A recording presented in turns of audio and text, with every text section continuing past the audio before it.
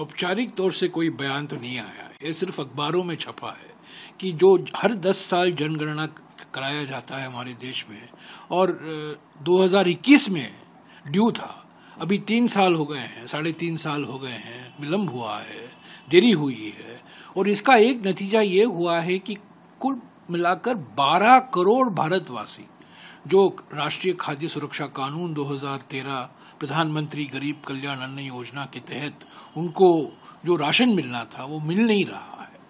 वो एक नतीजा है इस विलंब का, और कई नतीजे हैं, पर हमें अभी पता नहीं है औपचारिक तौर से, पर 3.5 साल से पहली बार विलंब हुआ है। हर 10 साल ये जनगणना कराया जाता है विस्तार से। इसका एक और नतीजा है, देखिए महत्वपूर्ण बात है, इस जनगणना से अनुसूचित जाति और अनुसूचित जनजाति की आबादी क्या है, और जातिवार अनुसूचित जाति, जातिवार अनुसूचित जनजाति की जनगणना निकाली जाती है, जानकारी ली जाती है, हासिल की जाती है।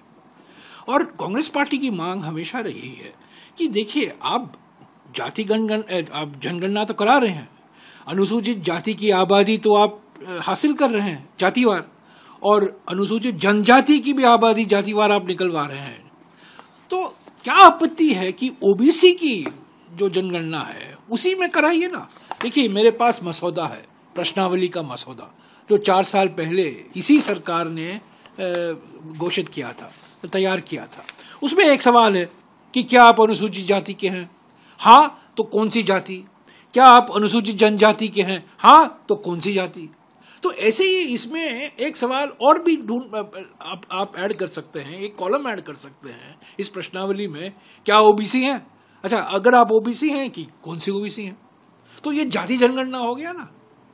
और ये बहुत आसान तरीका है, और ये हमारे संविधान के अनुसार, हमारे संविधान में आप देखेंगे 7वीं सूची है, 7वीं सूची में केंद्र सरकार की क्या जिम्मेवारी है, राज्य सरकारों की क्या जिम्मेवारी है, और जो विषय दोनों सरकारें कर सकती हैं। अगर आप 7वीं सूची देखें तो यूनियन लिस्ट यानी कि संघ का लिस्ट, राष्ट्रीय स्वयं सेवक संघ नहीं, संघ माने यूनियन ऑफ इंडिया, एंट्री 69 आप देखिए, यह कहता है सेंसस की जिम्मेदारी सेंसस कराने की केंद्र सरकार की होती है। हम ये नहीं कह सकते कि राज्य सरकार कराएंगे। तो हमारी मांग है कि जब आप ये जनगणना कराओगे, 3 साल से हम मांग कर रहे हैं, देरी हुई है, अभी आप करा रहे हैं तो अच्छी बात है, उसमें एक और सवाल जोड़ दीजिएगा कि क्या आप ओबीसी के हैं, और ओबीसी वर्ग में से आप कौन से ओबीसी में, तो आपको जाति जनगणना हो जाएगी। और इसके बाद जो कांग्रेस पार्टी की मांग है, हमने गारंटी की थी हमारे चुनाव प्रचार में कि जो 50% आरक्षण की सीमा लगाई गई है अनुसूचित जाति, अनुसूचित जनजाति और ओबीसी के लिए 50%, वो संविधान में नहीं है, वो सुप्रीम कोर्ट के द्वारा लगाया गया है। उसके लिए संविधान का संशोधन करना जरूरी है, यानी कि दलित, आदिवासी और ओबीसी वर्ग के लिए 50% की सीमा बढ़ानी चाहिए। और ये जनगणना के बाद इस पर बहस होगी, पर पहली बात तो जाति जनगणना कराना अनिवार्य है सामाजिक न्याय के लिए। और खबरें तो छपी हैं, अभी तक औपचारिक तौर से कोई किसी का बयान नहीं आया है, पर हमारी मांग है और अन्य पार्टियों ने भी मांग की है कि आप जाति जनगणना कराइए, ये आपकी जिम्मेदारी बनती है। संविधान के अनुसार ये जिम्मेदारी राज्यों की नहीं है, केंद्र सरकार की।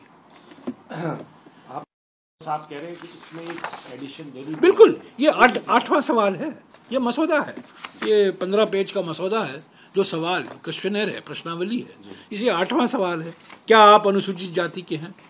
अगर हाँ तो कौन से जाति? क्या आप अनुसूचित जनजाति के हैं? तो हाँ तो कौन सी जाति? तो ऐसे ही अब एक और कॉलम जोड़ दीजिएगा कि क्या आप ओबीसी वर्ग के हैं? अगर हाँ तो कौन से जाति के हैं आप? तो बहुत आसान है करना, इसमें बड़ा कठिन काम नहीं है, इसमें कोई रॉकेट साइंस नहीं है, ये आप करा सकते अगर इच्छा शक्ति है।